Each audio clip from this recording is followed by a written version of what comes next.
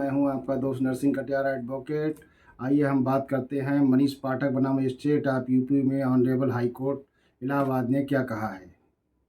यदि कोई बेल किसी अधिवक्ता द्वारा लगाई गई है और वह न्यायालय में उपस्थित नहीं होता है तो उसके उपस्थित ना होने पर जमानत प्रार्थना पत्र को निरस्त नहीं किया जाएगा।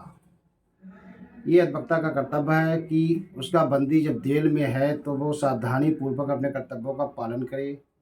यदि वो ऐसा नहीं करता है तो ये प्रोफेशनल मिसकंडक्ट की श्रेणी में भी आ सकता है और उसके लिए व्यावसायिक कदाचार के लिए दोषी भी ठहराया जा सकता है। इसमें अजीत चौधरी बनाम स्टेट ऑफ यूपी में भी कहा गया, अनिल गौड़ के मामले में भी बताया गया है कि अधिवक्ता के क्या कर्तव्य हैं और यदि कोई मामला जमानत की सुनवाई के लिए विचाराधीन है तो न्यायालय को उसकी अनुपस्थिति में जमानत प्रार्थना पत्र को मंजूर नहीं करना चाहिए।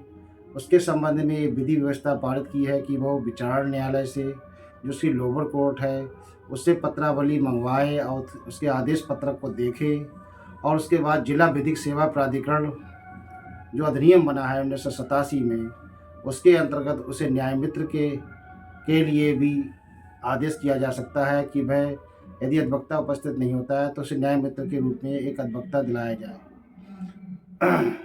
भारत के प्रत्येक जिलों में न्याय मित्र के लिए प्राधिकरण बनाए गए हैं जिसे एडीआर सेंटर बोलते हैं, जिसमें वैकल्पिक विवाद उपचार के संबंध में योजनाएं केंद्र सरकार और राज्य सरकार की चल रही हैं। यदि कोई व्यक्ति जिसके पास अधिवक्ता नहीं है तो वह उसमें आवेदन कर सकता है। तो यदि कोई जमानत प्रार्थना पत्र है उस पर सुनवाई करते समय लगता है कि अधिवक्ता न्यायालय में उपस्थित नहीं हो रहा है तो हम जिला विधिक सेवा प्राधिकरण से भी अधिवक्ता ले सकते हैं। उसके लिए जगह जगह मॉनिटरिंग होती है और सुप्रीम कोर्ट की योजनाएं बताई गई हैं कि जो अनुच्छेद 21 है उसके अंतर्गत प्रत्येक व्यक्ति का अधिकार है कि वो उसे जमानत मिले। और कई दाताराम बनाम स्टेट ऑफ यूपी में भी कहा है, बेल इज द राइट जिले एक्सेप्शन अबाध है।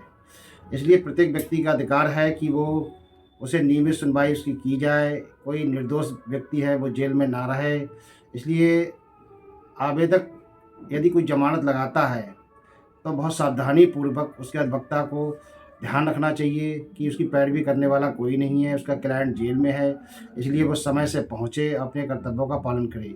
यदि वो नहीं पहुँचता है तो उस आधार पर उसका रजिस्ट्रेशन भी कैंसिल हो सकता है। तो दोस्तों, मैंने समझा कि इस बात पर चर्चा की जाए कि जो जमानत है उसके अधिवक्ता की उपस्थिति में यदि नामंजूर कर दी जाती है या उसे खारिज कर दिया जाता है बिना गुण दोष के आधार पर, तो वो विधि के लिए बहुत ही अनुचित होगा और उसमें honourable high court, supreme court विधि व्यवस्थाएं पारित कर रही हैं, लोअर कोर्ट के लिए आदेश कर रही हैं कि अधिवक्ता की अनुपस्थिति में जमानत प्रार्थना पत्र निरस्त न किए जाए।